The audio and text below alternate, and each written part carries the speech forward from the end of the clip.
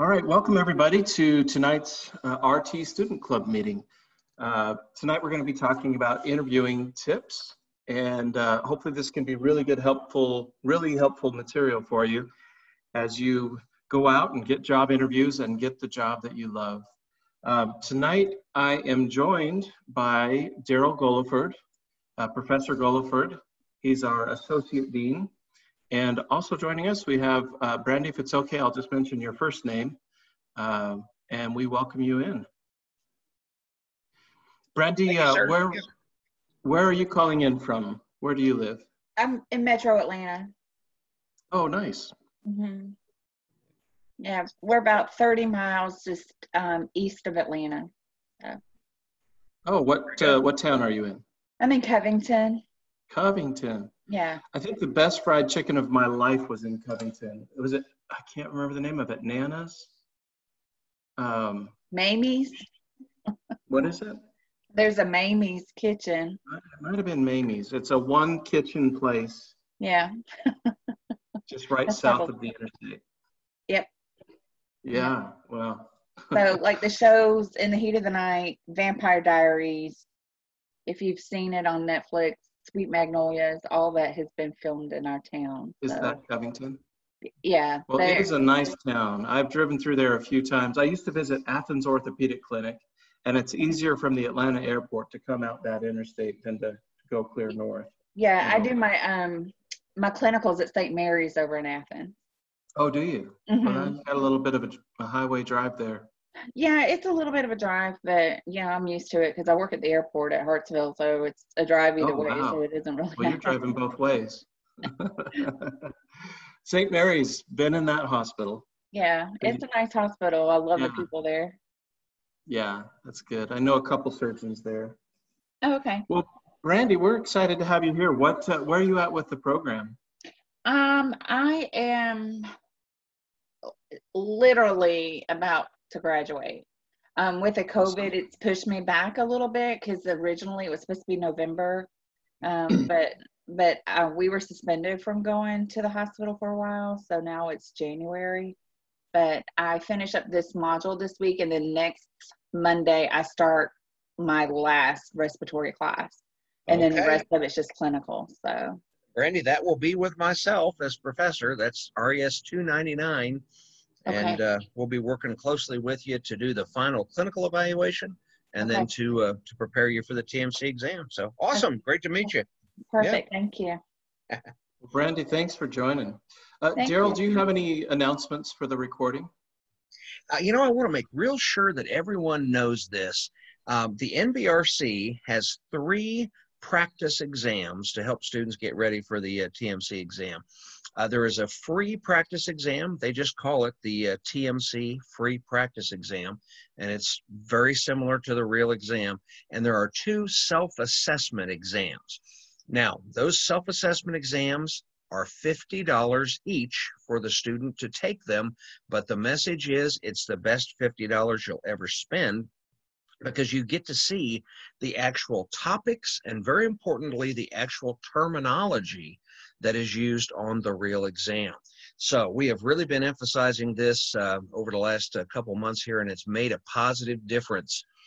Sometimes students will say, well, $50, I don't know, maybe I'll just go take the TMC and see how I do. Well, the school pays for your TMC exam. That's an awesome thing. But the effort getting ready for it, the self-assessment aspect, so important. Just please do it. Everyone who listens to this recording, please take the free one and take both paid self-assessment exams. You will do better on the actual exam. That is all, sir. Well, thank you, sir. Brandy, do you have any questions on that? Actually, I do have a question. I had spoken to my career advisor yesterday, and she was going to get back with me. She hadn't yet.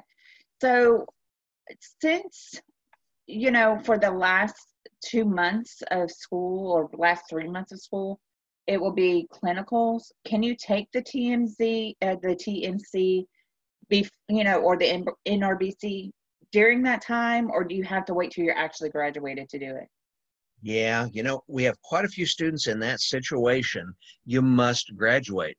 Okay. And, they're, working wisely with your career advisor. There may be a way to speed up the graduation a little bit.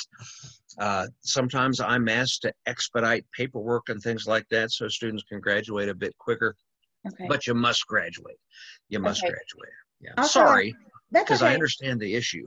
Yeah, no. I mean, I get it. I mean, it's out of people's hands and it's out of control. So, I mean, I get that. I understand that. But I also have another question, only because it was a rumor mill through the Facebook page, that some people were allowed to use the stimulation reviews as part of their clinical hours. Is that true, or is that just part of the rumor mill?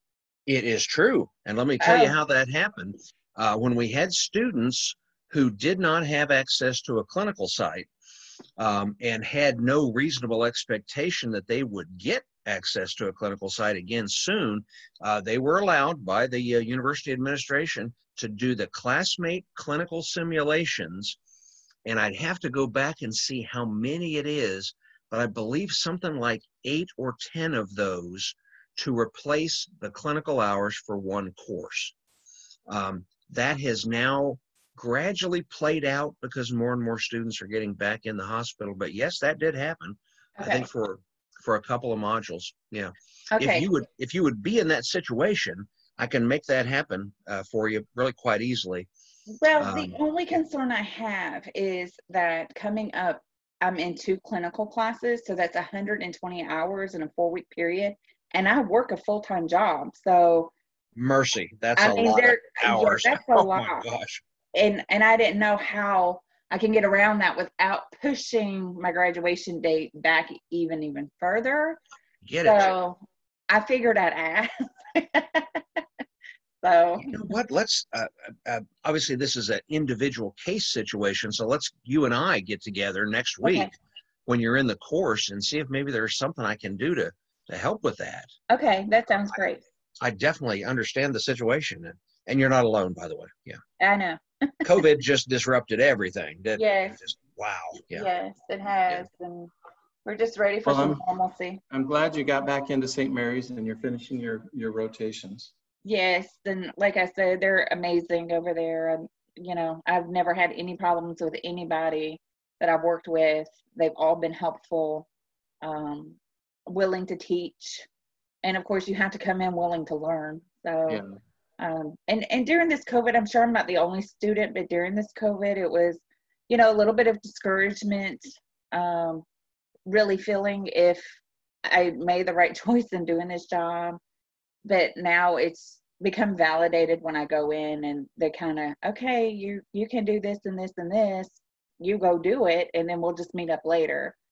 So it's kind of given me validation that, maybe it was the right decision for me to go into, and that I can do it. So Yep. The whole world has a different awareness of respiratory therapy yeah. because of this. Yeah. And my goodness, yeah, it is a great career. This is 40 years in the career for myself, and I've never been sorry. So Yeah. there are big things ahead for you. I'm sure of Yeah, it. I'm excited. I'm excited. Well, we're excited. Daryl and I are excited for you, Brandy, and for anybody listening to this recording. You're in a very good spot becoming a respiratory therapist in this now world of COVID. Whole Yeah. new appreciation, like you said. Well, what we've got here for you is some content on interviewing techniques, or excuse me, interviewing from the standpoint of you being the interviewee, the person getting the job. So these are some soft skills we wanted to give everybody, some tips from our experience that we've noticed. So Brandy, we'd love it if you just chime in, and Daryl and I will just be speaking to this content. Ask questions, give a thought. We'd love to make this interactive. Okay. The first thing we have is just doing what you love. I loved what you just said. You're going into St. Mary's now, and you're seeing just how vitally important you are as a future respiratory therapist, and they're welcoming you. There are big bonuses being paid right now for traveling RTs. This is a solid future. And that's, I think, at the core of what everything revolves around is that we have to do what we love. We have to be passionate. There's something I learned. It's called the In-N-Out principle. Brandy, have you ever eaten, or Daryl, at an In-N-Out, one of these West Coast burgers? No. I have, and I love them. Yeah, I do too. I don't know what you have in Atlanta. What is it, Checkers, or what your go-to is for burgers? Well, it's definitely not Checkers, but they do have them here. Well, In-N-Out is a famous West Coast burger joint, and their human resource director spoke at a convention that I was at.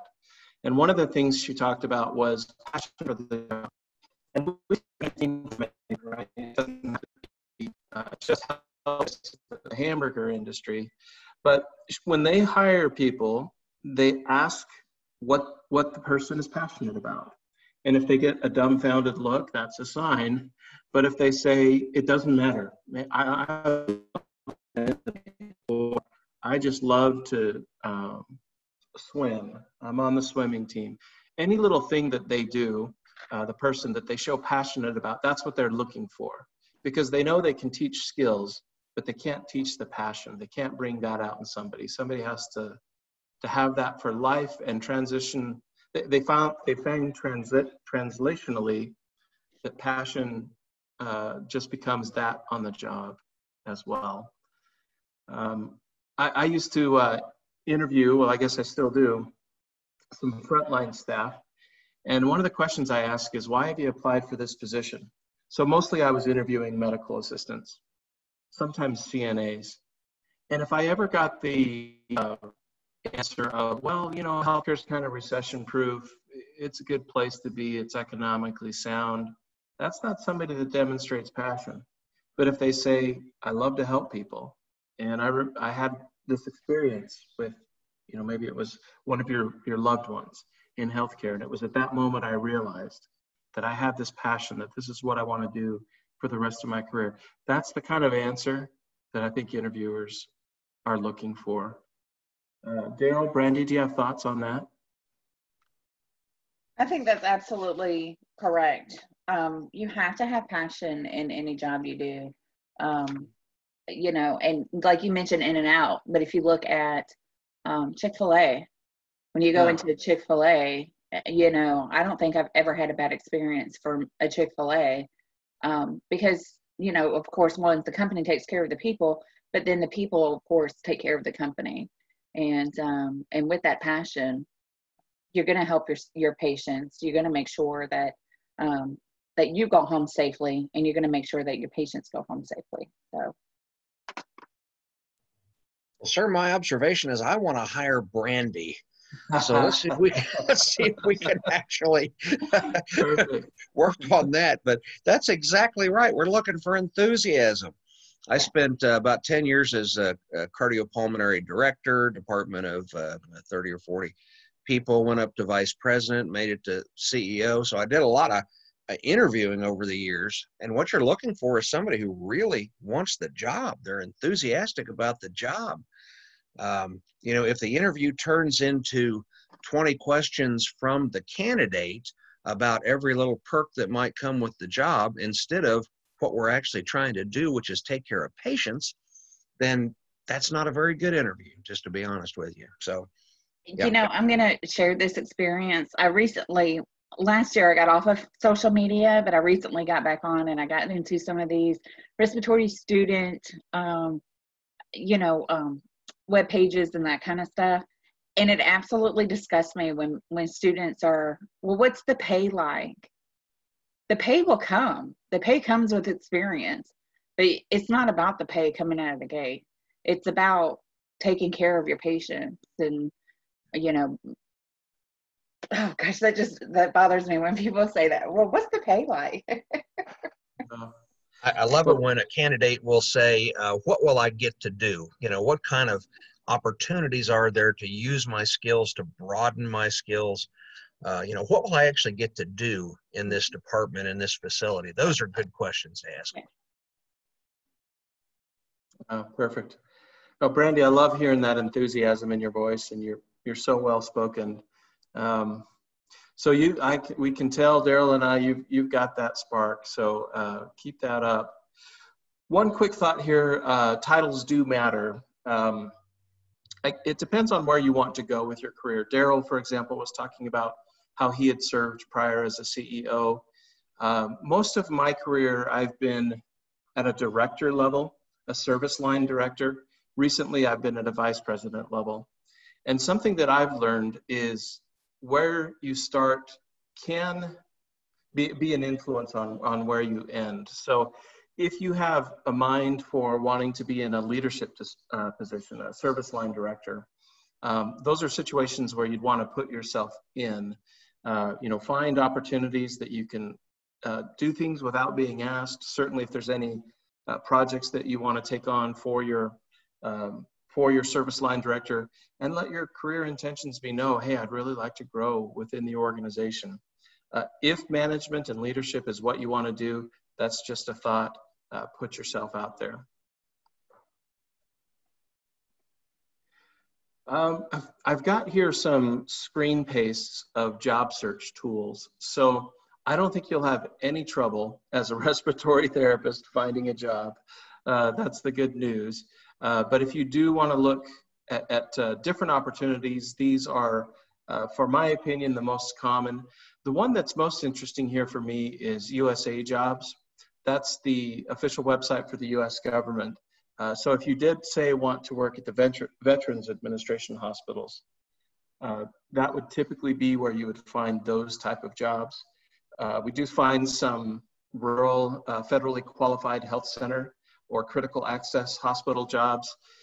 Brandy, where you're at in Covington, Georgia, you are surrounded by critical access hospitals just to the east of you on the interstate, and the name is escaping me of the town, but also to the southeast of you and the northeast of you. Washington, gosh, I'm sorry, my names are escaping me. There's so many counties. Putnam County, as I'm recalling. Yeah, Putnam County. But we have Emory here. We also have Piedmont has taken pretty much over everything on the east side of Atlanta. Yes, near east. Yeah, Grady. But more Grady, rural. You still have your critical access. Yeah. Macon. I know they have critical access down there, and I think there's one in Augusta as well, which is right on the South Carolina Augusta border. So. Well, if you do want to get into those critical access hospitals, they are those would not necessarily be on the USA Jobs website. Mostly, you'd probably just go to their individual websites. It's interesting to work in a critical access hospital, and Daryl, you I'm sure have experience with this in Oklahoma, given that they can bill Medicare their costs plus 5%. So oftentimes they're able to enjoy a very good staffing ratio that you might not otherwise find, say, in Atlanta. And they do that, the government, in recognition that there just aren't as many resources, that you are that person. As the respiratory therapist, you're going to be doing quite a lot in a rural setting. What are your thoughts on that? I spent a lot of time in critical access, and it was a great thing for me because the doctors came to rely on me as their expert for all things respiratory. There's no lung doctor at the critical access hospital. There's no lung doctor anywhere close. We might have one that visits once a month for clinic. So the RT has a very important role there. I don't think it's the first job. I think the first job should be at a recognized major medical center of some kind. Grady in Atlanta certainly comes to mind. For me, it was Cleveland Clinic. I think it's fascinating that 30 years after I trained at the Cleveland Clinic and took my first job there, that's what people notice on the resume. 30 years later, they say, Cleveland Clinic, oh my gosh. So I think that you go to a major medical center and just see as much as you possibly can, and then you're prepared for whatever role you want later on. That's my view. That is good advice. So maybe, Brandy, go west before you go east. Yeah. Perfect. I've got a couple of thoughts here that I'd like to share and get your ideas on. The first is it's a lot about who you know and what you know. So certainly getting your RT credential is going to give you that ticket to ride, if you will. That is the bona fide, the credential. But in terms of who you know, there just cannot be enough said for having a good network and for being well thought of and having contacts all throughout the area. And I've found a good way to do that is to put yourself out there. This last bullet point, volunteering, interning, just showing initiative. And another good way are these icons on the right. If you join an association, say the AARC, start to network with fellow therapists in your area, you just then build your network and you can become so much more well-positioned to be able to help your career. What are your guys' thoughts on that?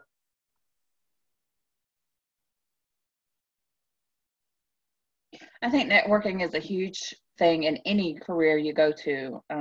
I did 10 years in the Navy as an air traffic controller, and Wow. even now I still have friends that I run into from 20 years ago when we were stationed together, and they've moved up the ladder in the FAA, and we talk and everything else. So I think networking is a big, huge thing, because if one of them ever gotten into position of a job that I was looking for, they'd definitely be, hey, I knew you when you were, 20 years ago. So I know your work standard, I know your history and everything else. So I think networking is a huge, huge thing.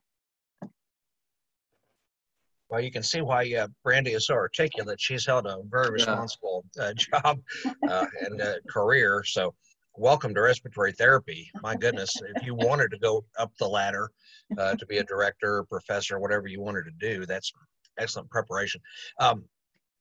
AARC, when you first become a therapist, can be a little intimidating. It's huge. You go to the convention and there are 20,000 people there, but you have a local chapter who forms the connection from your own group of hospitals there to the national organization. So there are ways to get involved more easily than you might imagine. That's all. Daryl, are there other organizations that you'd recommend besides the AARC for someone to join and network in? Well, for me, pretty quickly, it was ACHE, American College of Healthcare Executives. I so appreciated that they had a very low-cost student membership, and I started thinking in leadership terms probably earlier than most people, because I became a student member of American College. I can really recommend that. But that's if you're intending to go into leadership. I always saw myself as a coach. I knew I'd be a coach of some kind, and so ACHE was good for me. Brandy, depending on the track you want, and with your significant experience in the Navy in air traffic control, that might be advisable for you. Okay. And thank you for your service to our country. Thank you. I've got some slides here that I think we can go through at a quicker pace. These now are getting into the interview process. I've separated the ensuing slides into before, during, and after, a few on each. Before, cover letters for my vote are a huge must.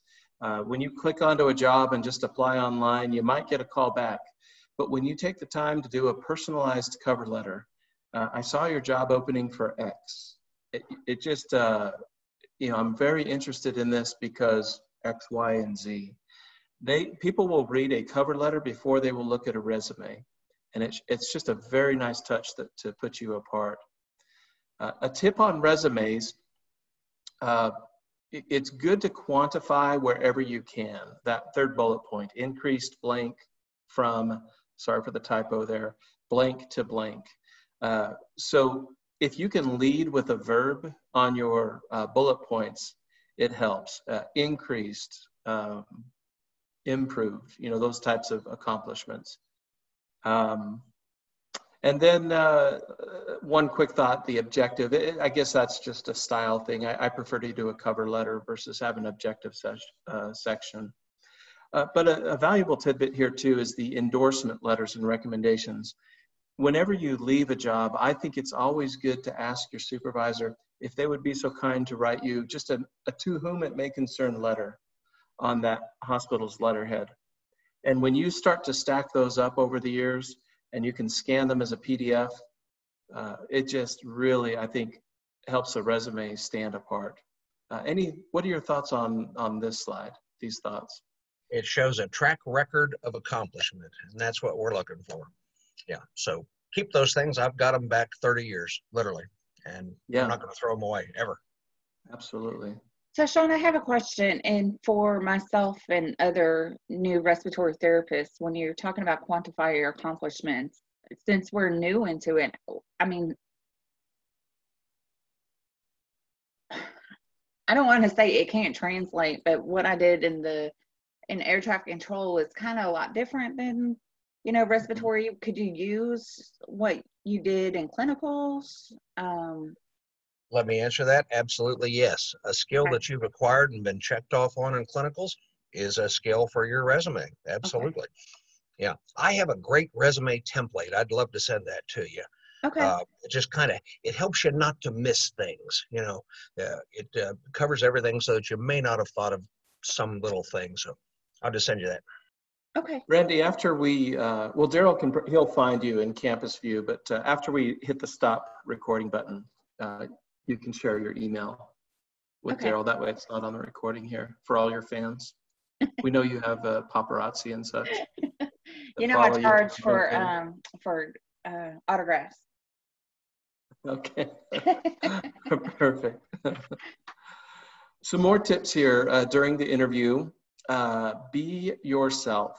We talked about that spark, the enthusiasm, the passion, but really too, just being authentic. I remember somebody I interviewed, she accidentally snorted, and we laughed. That was the greatest thing because she was just being herself. I like to remember the idea that it's a two-way street. It's 50-50 in an interview. We're not there to present our accomplishments.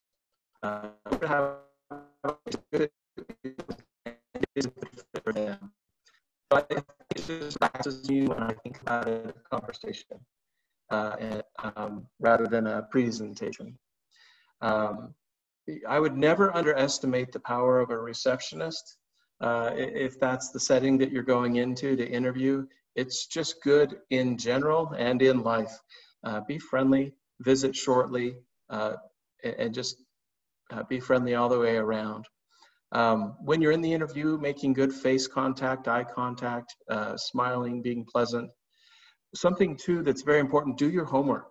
And when I know who the interviewer is, I will look them up on LinkedIn, find out what their background is. I had an interview recently. I looked, and the gentleman was a chemical engineer who was now a COO of a market for healthcare, for risk and quality for a health plan. And so if I understood a little bit, like, okay, this guy's gone on a journey from chemical engineering to healthcare into risk management. So I kind of knew just by looking at his LinkedIn profile, okay, he's probably going to have a very engineering type mindset, very analytical, quantified, those type of things that helped me understand who my audience was. And whenever we can know the organization, to me, it's just a sign of respect that we've done our homework on the organization. We have that intel. One mistake people make, and you've touched into this, Brandy, is to bring up pay. It's a turnoff when somebody in the interview says, "How much will this pay?" Because we know as the employer, the person's there for a paycheck, not to make a difference in the lives of patients. Any thoughts on this slide for you too? That's spot on. The money is the last thing that's discussed after there's already been an understanding about the job and what can be accomplished. Brandy, any good stories? I think, excuse me. I think you're be friendly and visit with a receptionist. I think that's a big one. Because I worked in a situation where I was pretty much the right-hand man when it came down to, I worked in a cabinet company, and everybody who came and interviewed with the general manager he always came to me and asked my opinion about it. And if they were nasty or rude to me when I, went and visited with him or whatever, they never got the job. So you don't know. And the receptionist at any place, they know everything going on at the business. That's right. They know everything. Yeah. Yeah, that is so true. Some few other thoughts here.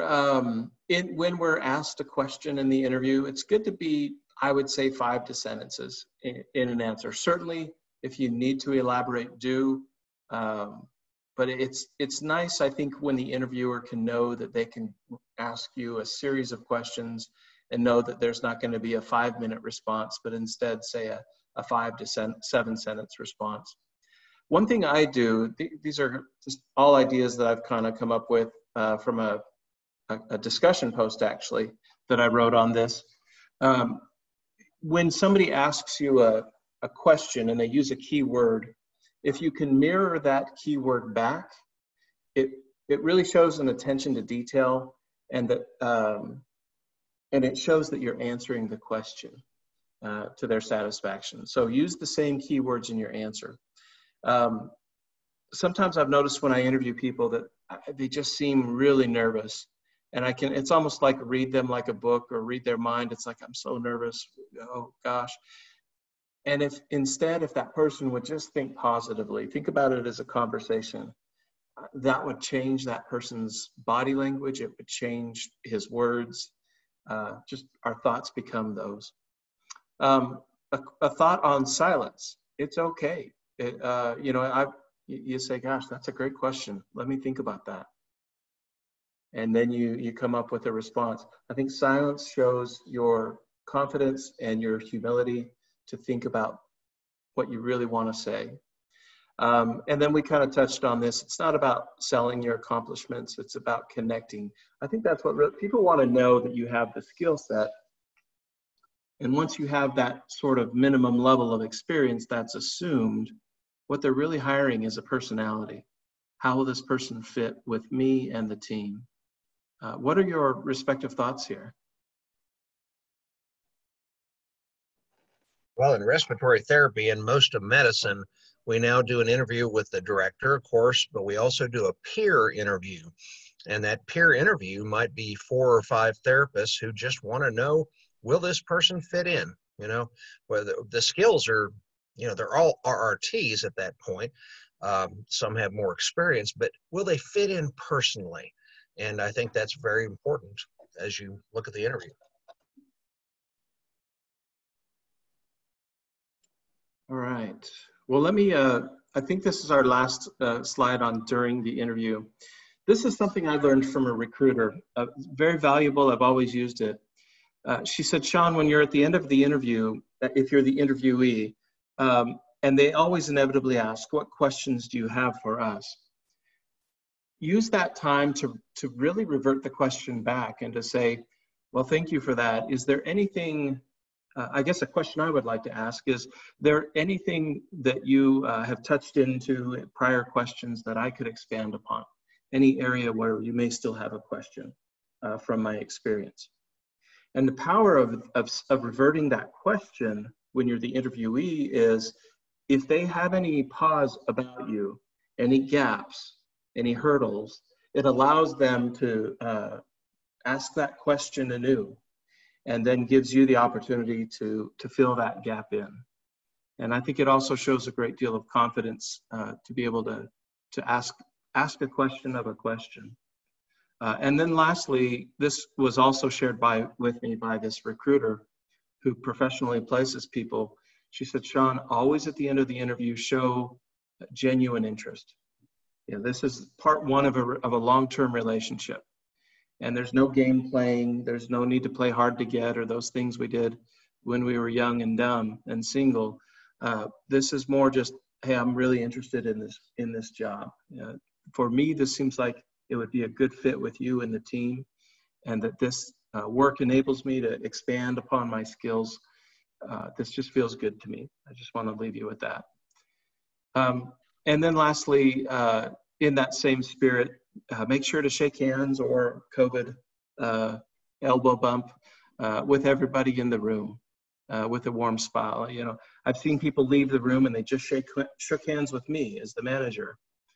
And all the other people in the room, say it was a group interview, or, you know, feeling that maybe slight. So it's good to just shake hands with everybody as well. Any thoughts here on this?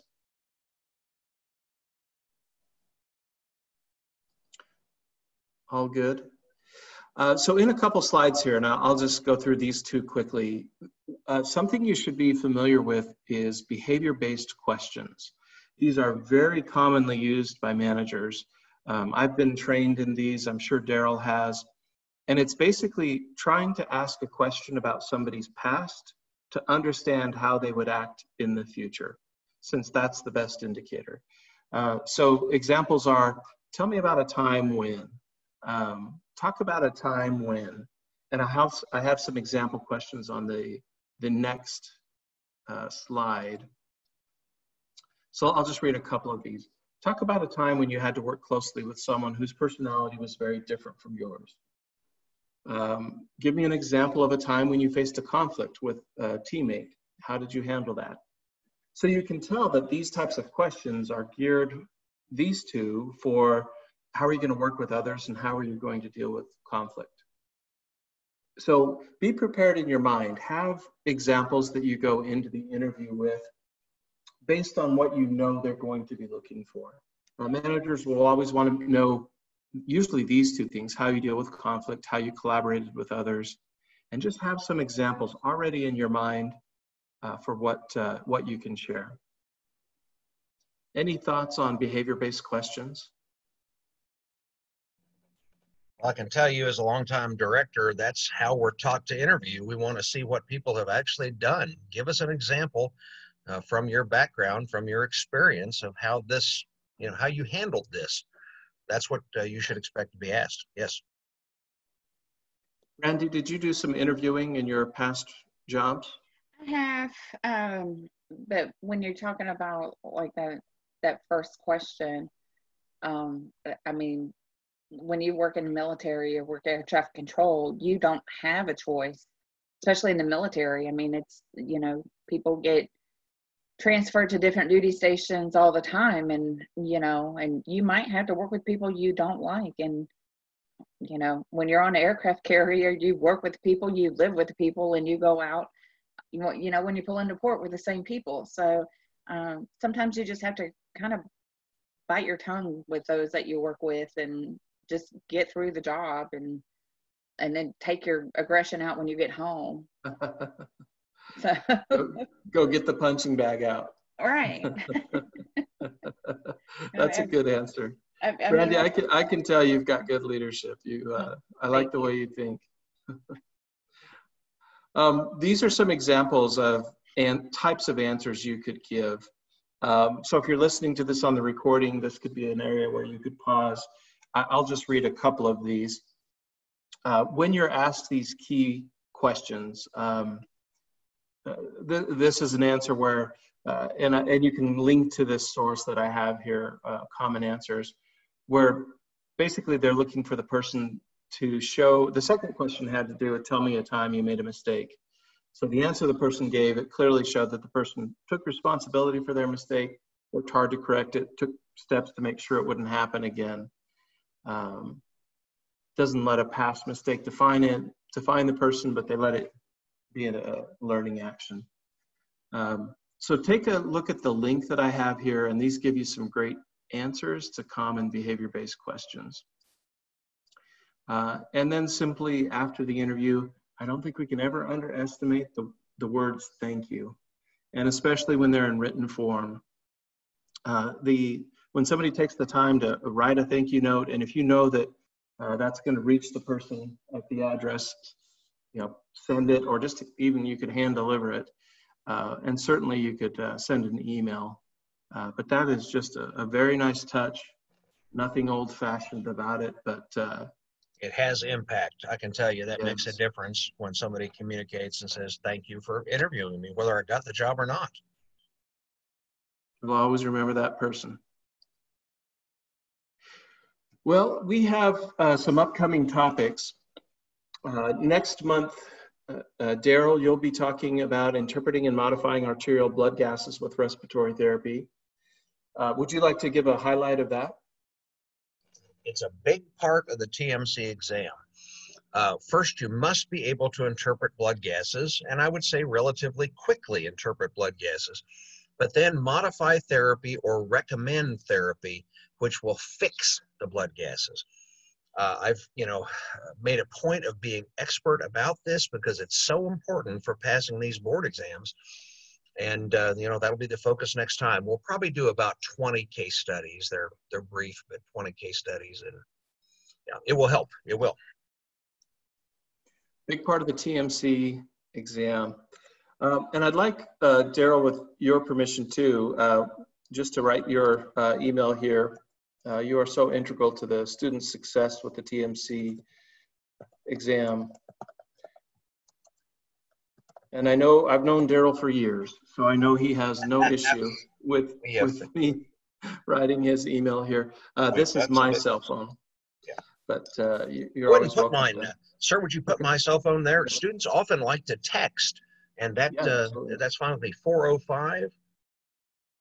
405-219-6715. Yeah, we often communicate better by text these days. Just quick and easy, and yeah. Absolutely. Like well, Brandy, thanks for joining us. You're very impressive. We can tell you're going to go far. And feel free to reach out to Daryl or I with anything. Daryl is your TMC expert. He can walk you through anything in your remaining months here. Perfect. Well, thank you. Looking forward to it. All right. I'm glad I showed up tonight because glad you did. Definitely with the interviewing, I know, it coming up real fast. And when we started this program, we didn't think it'd ever get here. And now that it is here, it's like, oh, what's my next step? Sneaks up, does it not? Sneaks up on you. Yeah. It does. And I think with this whole COVID thing, it turned in the last 6 months into 20 years. So, I mean, it just went by so fast. But John, Brandy, oh, sorry, go ahead, Daryl. I wanted to make a kind of a parting comment. I've said this to many graduates over the years, and it seems to work. Never interview for a job. Interview for 3 jobs. Okay. In respiratory therapy, the opportunities are so great. You don't know which is going to be the best fit. You haven't met the director probably. So interview for 3 jobs. I recently had a graduate here in Oklahoma who graduated, passed boards relatively quickly, and interviewed for 4 jobs, was offered all 4 of those jobs. Yeah. And she's now picked her one primary job. That's where the benefits will come from and all the, the things that we need. And she also picked another part-time job because she's passionate about taking care of babies. Oh, okay. So yeah, that's how I've actually gotten lucky being at St. Mary's because my preceptor is actually the director of the respiratory department. So that's huge. That's helpful. Yeah. So every time I go in with a smile on my face, and I treat it as a job interview because I know she's going to ask when it comes time. She's going to ask the therapist that I worked with and say, okay, what do you think about her? So, I call her whether I have problems, if things arise, she's always there to help. So, so that's always been a good thing. Brandy, if you can get a letter of reference from her on St. Mary's letterhead, that would be significant. And certainly if you end up working there, even more significant. That would be worth the drive. Yeah, I have an idea of what I would like to do with, my daughter's, just started high school. So I've got 4 years, and I figured, okay, in these 4 years, if I work in a critical care area, kind of get a solid foundation of what I'm doing, then I can start slowly taking in the next steps. And then once she gets out and is in college, whatever, then I can, my job is over from raising her, and it's time to get, my life back on track. So. I love that plan. That's awesome. Love that. And that's a critical, or that's a large trauma center there in Athens. So you will see a lot come through those doors if that's what you choose to do, and they bring you on. Yeah. The only thing they don't have that I'm really interested in is ECMO, but I probably have to go to, probably Piedmont or Northside or even Grady to get into that. So. Once you makes get the sense. primary job figured out, do not hesitate to moonlight. Hospitals love it when somebody has a specific interest. They want to come get trained in it, become the best at it. And when you're moonlighting, they can pay you the PRN rate, which is often, 30 or 40% higher than the usual rate. They don't have benefits to deal with. Oh, wow. So these are all just real world factors. But almost all of us who've done it as long as I have two jobs. I really don't know. No, I don't know many respiratory therapists who just have 1 3-day-a-week job.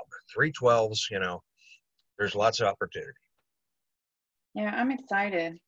I really am excited, to get this next chapter of my life going. So. Well, we are excited for you, and we're here for you.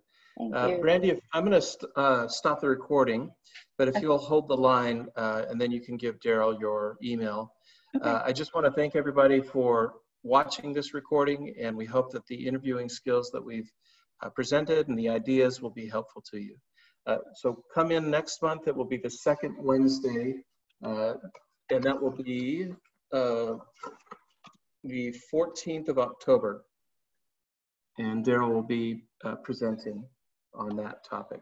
So thanks, everybody, and have a great night.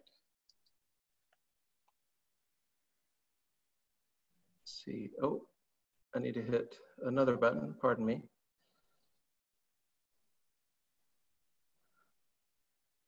There we go. Professor, you run a great meeting. Well done. And this will benefit